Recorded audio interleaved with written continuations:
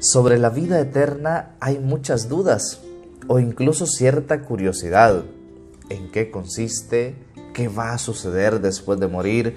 ¿Cómo será esa realidad? Voy a intentar responder 3 preguntas concretas que me han hecho sobre este tema. La primera es, ¿qué significa que somos imagen y semejanza de Dios?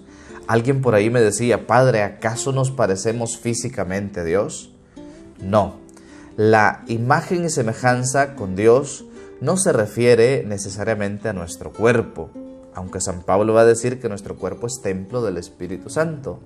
Pero más bien, la imagen y semejanza que se menciona allá en el Génesis se refiere a nuestra alma.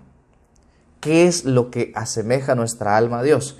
En que nuestra alma es espiritual, es inmortal, y esto la convierte en eterna. Y estas son características propias de Dios. De hecho, ¿qué es la vida? La vida es cuando se une el alma al cuerpo. La muerte es cuando el alma se separa del cuerpo. Ese cuerpo se convierte en cadáver y queda acá, pero el alma va a la presencia de Dios porque es inmortal, es eterna. Por eso Jesús va a decir, ¿de qué le sirve al hombre ganar todo el mundo si pierde su alma? Porque si la pierde, es para siempre. Esta es la primera pregunta entonces. La imagen y semejanza con Dios se refiere a nuestra alma, a las características que tiene nuestra alma. Segunda pregunta, un poco curiosa. ¿Qué hacía Dios antes de crear el mundo? San Agustín responde esta pregunta de una manera irónica, un poco con sentido del humor, sin intentar que esto se tome como ofensa, por supuesto. Él decía, ¿qué hacía Dios antes de crear el mundo?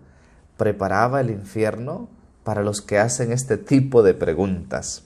No lo tomen en un mal sentido, porque en realidad hacerse esta pregunta no tiene sentido para Dios. ¿Qué hacía Dios antes de crear el mundo? No tiene sentido porque Dios es eterno. En Él no existe el antes y el después. La eternidad es un continuo presente. Por eso en Dios no existe un antes de crear el mundo y un después de crear el mundo. Para nosotros sí, porque estamos en este mundo y nos movemos en categorías temporales. Pero para Dios esa pregunta no tiene sentido. Él es eterno. Por eso cuando se presenta con Moisés, Dios le dice, dile al faraón, que te envía, yo soy. Es decir, Él es un continuo presente, es eterno. Esta pregunta entonces tiene sentido quizá para nosotros, pero para Dios no, porque Él es eterno. Y la tercera pregunta es a la luz del Evangelio de este día, Marcos 12 del 18 al 27. Varios me han preguntado, Padre, ¿y cuando nosotros muramos, vamos a reconocer a nuestros amigos y familiares allá en el cielo?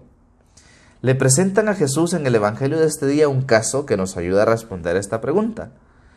Le dicen a Jesús, si a uno se le muere su hermano dejando mujer, pero no hijos, cásese con la viuda y dé descendencia a su hermano. Pues bien, había 7 hermanos, el primero se casó y murió sin hijos, y así los 7 hermanos. Cuando llegue la resurrección y vuelvan a la vida, ¿de cuál de ellos será mujer? Porque los 7 han estado casados con ella. Es decir, le están preguntando a Jesús, después de morir, ¿seguirán existiendo estas relaciones? Marido, mujer, mamá, hijo, hermanos. La respuesta de Jesús es la siguiente. Estáis equivocados porque no entendéis la Escritura ni el poder de Dios. Cuando resuciten, ni los hombres ni las mujeres se casarán. Serán como ángeles del cielo. Serán como ángeles del cielo. Es decir, allá en el cielo ya no van a existir este tipo de relaciones. Será una nueva familia, un nuevo tipo de relación. Por eso, cuando un hombre se une a una mujer, se dice hasta que la muerte los separe. Porque en la vida eterna ya no habrá este tipo de relaciones. Son otras categorías. Es una realidad totalmente nueva. Y debemos precisamente dejarnos sorprender por Dios. Pienso, por ejemplo, en 3 ejemplos de la Sagrada Escritura. Cuando a Abraham Dios le prometió que sería padre de muchas generaciones, probablemente se imaginaba en categorías temporales, en categorías humanas. Pues me van a conocer muchos. No, se refería en sentido espiritual, de que él se iba a convertir en ejemplo, en padre de aquellos que abrazarían la fe.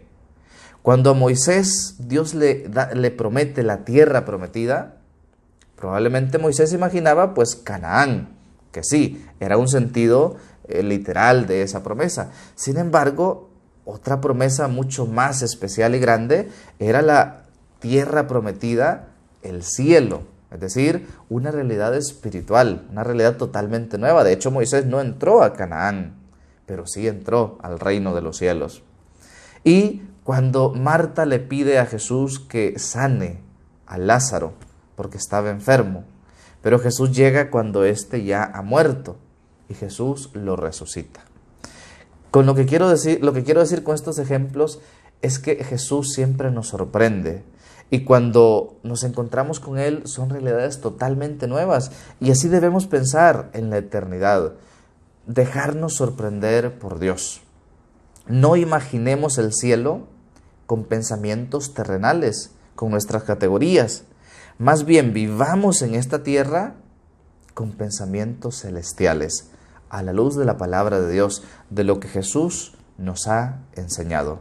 Porque allá, en la vida eterna, después de esta vida, será una realidad totalmente nueva, totalmente distinta, unos cielos y una tierra nueva. Que el Señor te bendiga. En el nombre del Padre, del Hijo y del Espíritu Santo. Amén. Que tengas un excelente día. Soy el Padre San. Sonríe, es gratis.